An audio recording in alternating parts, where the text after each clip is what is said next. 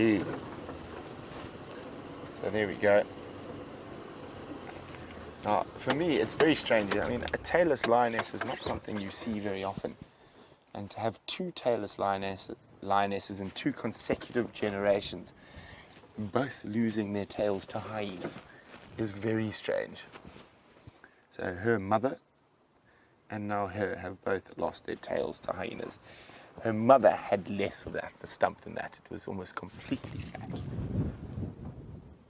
It does give her, when she's up and mobile, quite an interesting outline. It doesn't seem to affect her hunting prowess at all. Still a very successful hunter.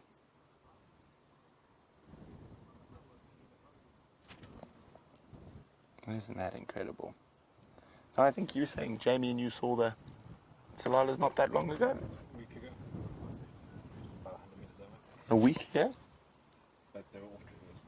Ah, yes, I do remember. Well, nice of them to come visit. Let me reminisce about my days on the Sand River.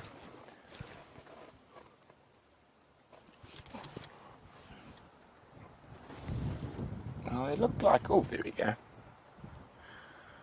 Oh, roll over. Definitely more of a stump than her mother used to have.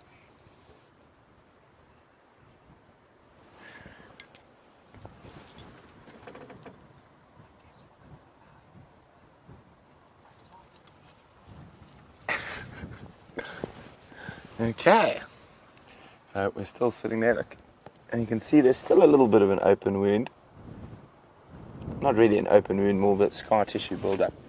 But as long as I've seen this lioness in the northern Sabi Sands, she has had a stump.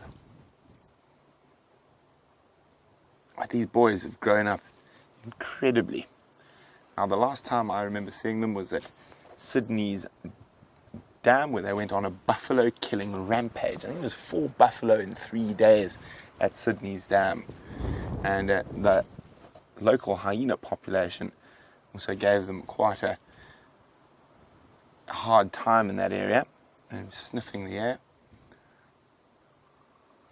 hoping for some buffalo.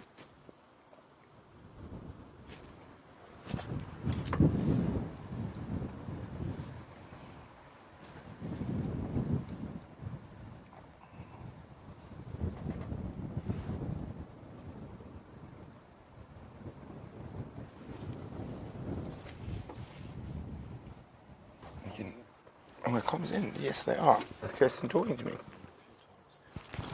My comms are in. There we go. They're working now.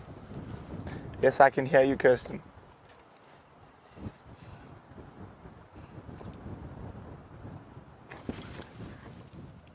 Okay, so it looks like we're quite lucky. I thought there would be more pressure, so we can spend a little bit more time here. So we're going to sit patiently here, and let's sit this way so you can see a lion behind you. It's not better than just looking at me. What do you think, Sean? Okay, all good here? Okay, great.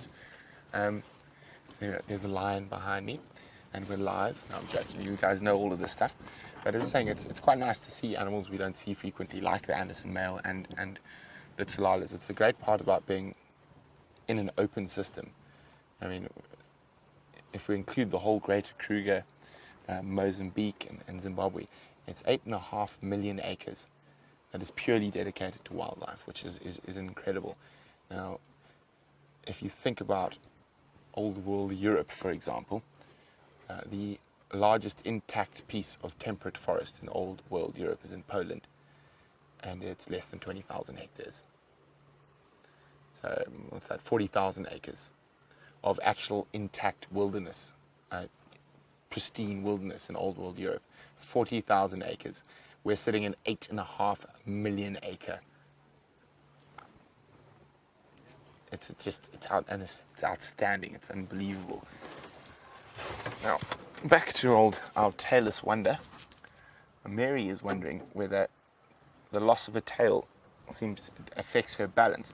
Not that I've seen her, and from what I've heard and from watching her mother, she was an incredibly proficient hunter without that tail. And of course, it's always just one thing less for the hyenas to bite. That, of course, was a joke, as she did lose it to hyenas battling over a carcass.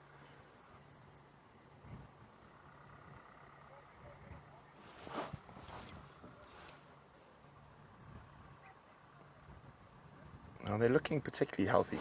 Now, for me, that middle, or the young male on the left, is the biggest of the three.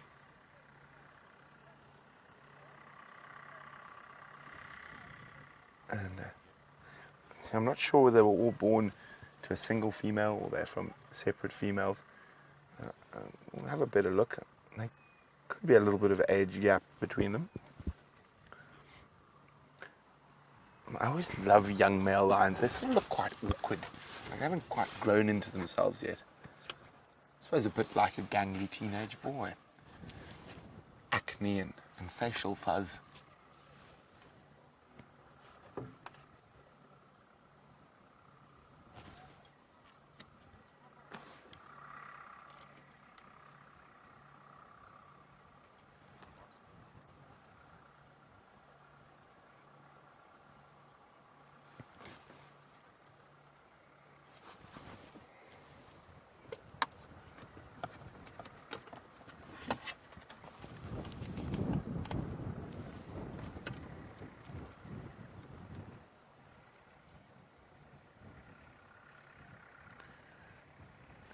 So guys, I need to be on the game drive radio for a little bit to try to organise the sightings that's coming in. It looks like we will be able to stay a little bit longer with the Tsalala pride.